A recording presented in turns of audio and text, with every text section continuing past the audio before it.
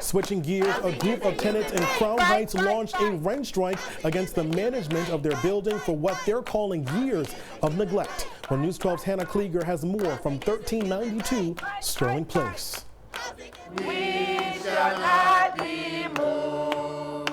Plagued by leaking, mold, flooding, and pests, these tenants say they've had enough. They send out the rent statements, they collect the money, goes in their pockets, but not a cent is actually spent on doing repairs in the buildings. Because of all of those things, residents here say they will stop paying rent starting today. And tonight they're rallying outside their home, calling on their neighbors to all stick together until they get the repairs they need. We have serious problems in this building, and we have to make sure that we get it done. Together with housing advocates, they relayed the difficult conditions they find in their apartments. Fight, fight, fight!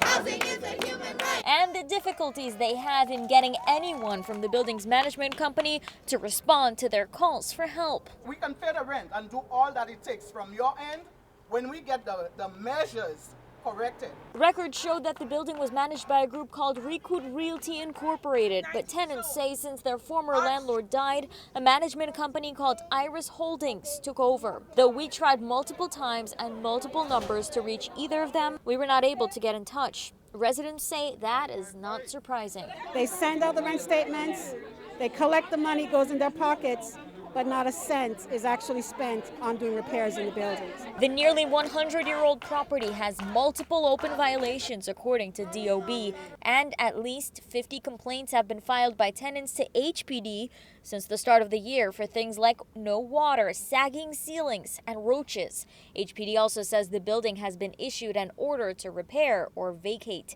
by the city. In Crown Heights and Brooklyn, Hannah Klieger, News 12.